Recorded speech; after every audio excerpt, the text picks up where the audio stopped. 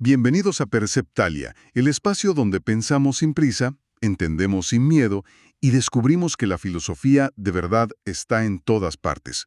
Y hoy vamos a explorar la mente de un hombre que, miró al cielo y no vio límites, sino un campo de juego infinito.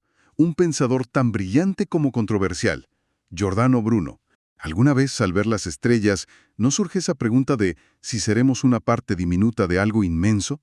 Bueno, pues Bruno no solo se lo preguntó, dedicó su vida a esa idea, y vaya que pagó el precio. El precio más alto. Empecemos por su idea más famosa, la que creo que todos hemos escuchado alguna vez. El universo infinito. ¿Qué significaba proponer algo así en pleno siglo XVI? Significaba romper con todo. Absolutamente todo. La visión oficial, la que venía desde Aristóteles, era de un universo, digamos, muy ordenado. Muy acogedor. Cerrado, ¿no? Como una cajita. Exacto. Una esfera finita con la Tierra quietecita en el centro. Y alrededor, pues giraba todo lo demás. El Sol, la Luna, los planetas. Y al final, una última esfera con las estrellas fijas. Era un cosmos con un arriba y un abajo. El cielo estaba literalmente arriba. Claro, un lugar con un propósito muy claro para la humanidad, justo en el centro de la creación. Y entonces llega Bruno, que ya había leído a Copérnico, y no solo dice que la Tierra se mueve. No, eso ya era dinamita. Pero él se vuela la barda. Totalmente. Copérnico, fíjate, mueve el centro de la Tierra al Sol, pero todavía mantiene esa idea de un universo contenido en una esfera. Bruno simplemente la destroza. ¿Y qué pone en su lugar? En su obra sobre el infinito universo y los mundos, postula algo que es alucinante para la época. Dice, esas lucecitas que vemos en el cielo no son adornos, son otros soles. Son otros soles, y cada uno de esos soles tiene sus propios planetas, como el nuestro. Y aquí es donde se pone todavía más fascinante, ¿no? Porque no se detiene ahí. Sugiere que esos otros mundos podrían estar habitados. Justo. Es una idea que hoy nos suena, a ciencia ficción, a lo que busca el telescopio James Webb, pero en ese momento era una herejía cosmológica de primer nivel. Pero su lógica, y esto me parece increíble, no era tanto astronómica, no es que tuviera un supertelescopio. Para nada. Su lógica era filosófica. Y hasta teológica. Su razonamiento era, impecable en sus propios términos. Si Dios es una potencia infinita... El efecto no puede ser finito. Exacto. Un creador infinito debe producir una creación infinita. Para él, negar un universo infinito era casi como negar al poder de Dios. Era ponerle límites. Ahí está la clave. O sea, no estaba haciendo ciencia como la entendemos hoy. Estaba haciendo teología a una escala cósmica. Justamente. Y esa sola idea, la de un universo infinito, tiene consecuencias brutales para el pensamiento de la época. Porque si el universo es infinito... ya no hay centro. Y si no hay centro, la Tierra pierde su lugar especial. Totalmente. Se pierde el privilegio. Ya no hay arriba y abajo. El cielo deja de ser un lugar físico. Todo el edificio teológico se empieza a tambalear. Y si el universo es infinito porque Dios lo es, eso nos lleva directito a su siguiente gran idea, que era quizá todavía más peligrosa. Su concepto de Dios mismo. Aquí es donde Bruno deja de ser un astrónomo que especula y se convierte en un filósofo verdaderamente revolucionario. Para él, el universo no es solo la creación de Dios, Sino que el universo es Dios. es divino, en su totalidad. Esta idea, el panteísmo, es probablemente la más radical de todas. Claro, porque elimina la separación. Si Dios es el universo, si está en todo, ya no es un arquitecto externo que construye la casa y se va. Exacto. Entonces, ¿dónde está Dios, según Bruno? Pues en todas partes. En un árbol, en el río. En nosotros mismos. Es el alma del mundo, la inteligencia universal que anima la materia desde adentro. La naturaleza no es algo inerte, es un ser vivo, y Dios es su principio vital. Eso lo cambia todo. Porque entonces ya no necesitas a un intermediario, a una institución que te diga cómo conectar con Dios. Justo, si lo divino está en la naturaleza, la experiencia religiosa se vuelve directa, personal. Bruno decía que si el universo es infinito, Dios no puede estar encerrado en un lugar o en una forma. Es una visión monista, ¿no? Todo es, en esencia, una sola sustancia divina. Exacto. Y por eso su cosmología y su teología son inseparables. Son dos caras de la misma moneda. Un universo infinito es el cuerpo perfecto para un Dios infinito.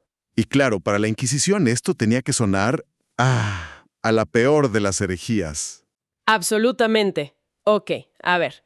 Tenemos un universo infinito lleno de mundos y una divinidad que es el tejido mismo de ese universo. Entender algo así suena, abrumador. Y aquí entra algo que me fascina de Bruno, su arte de la memoria, que, por lo que entiendo, no era para recordar la lista del súper, para nada. Su mnemotecnia, que explica en libros como Sobre las sombras de las ideas, era en realidad un método filosófico, casi espiritual. ¿Una herramienta para qué exactamente?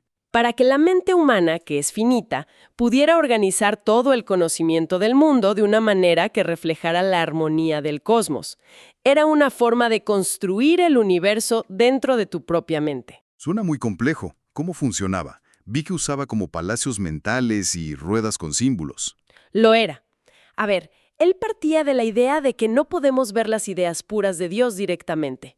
Solo vemos sus sombras en el mundo. En las cosas, en los seres vivos. Justo. El arte consistía en tomar imágenes de esas sombras, un león, el sol, un triángulo, y organizarlas en un sistema.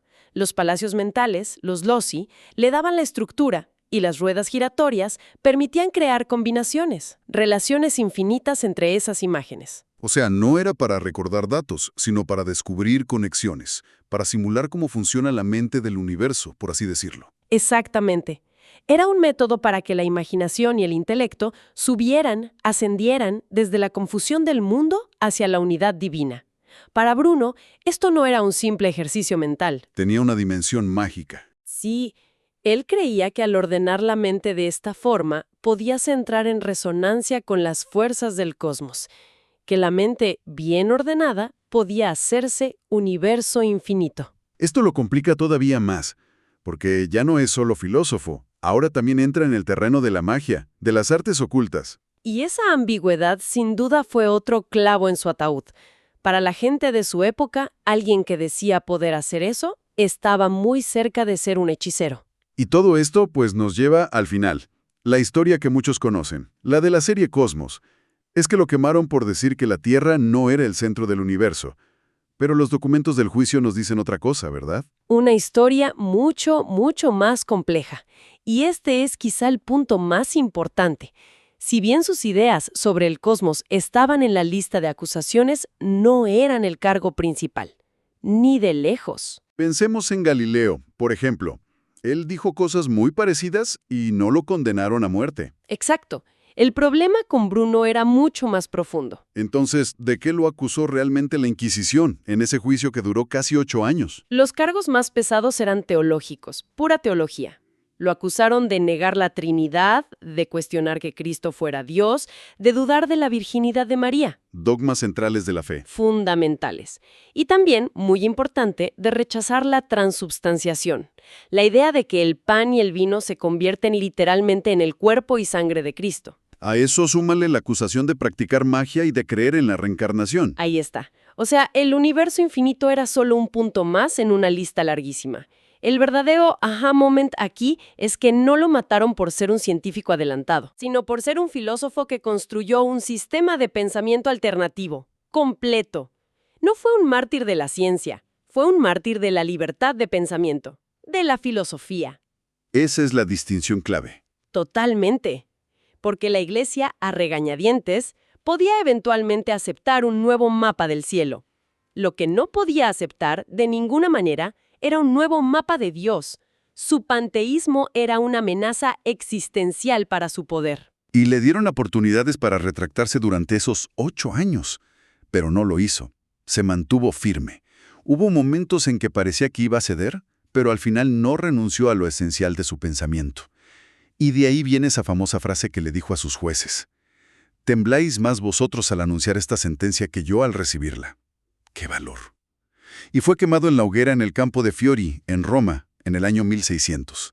Tuvieron que pasar casi 300 años para que ahí mismo se levantara una estatua en su honor. Una estatua que lo celebra justo por eso, como un símbolo universal de la libertad de pensamiento frente al dogma. Al final, Giordano Bruno nos deja con preguntas que siguen resonando hoy. Nos obliga a pensar en la infinitud, no solo del cosmos, sino de nuestro propio conocimiento. Su legado no es una serie de descubrimientos, sino una actitud, la de atreverse a pensar más allá de los límites, de buscar una verdad que integre todo, y de estar dispuesto a defenderla. Es un recordatorio brutal de que las ideas, a veces, pueden ser muy peligrosas. Y también muy liberadoras. Nos empuja a preguntarnos cuáles son las esferas cerradas de nuestro propio tiempo, ¿no? Esas ideas que damos por sentadas y que quizá nos impiden ver una realidad mucho más grande. Esto fue Perceptalia, el lugar donde pensar se vuelve un acto de libertad. Al mirar las estrellas surja la pregunta de qué infinitos mundos nos esperan por descubrir, dentro y fuera de nosotros.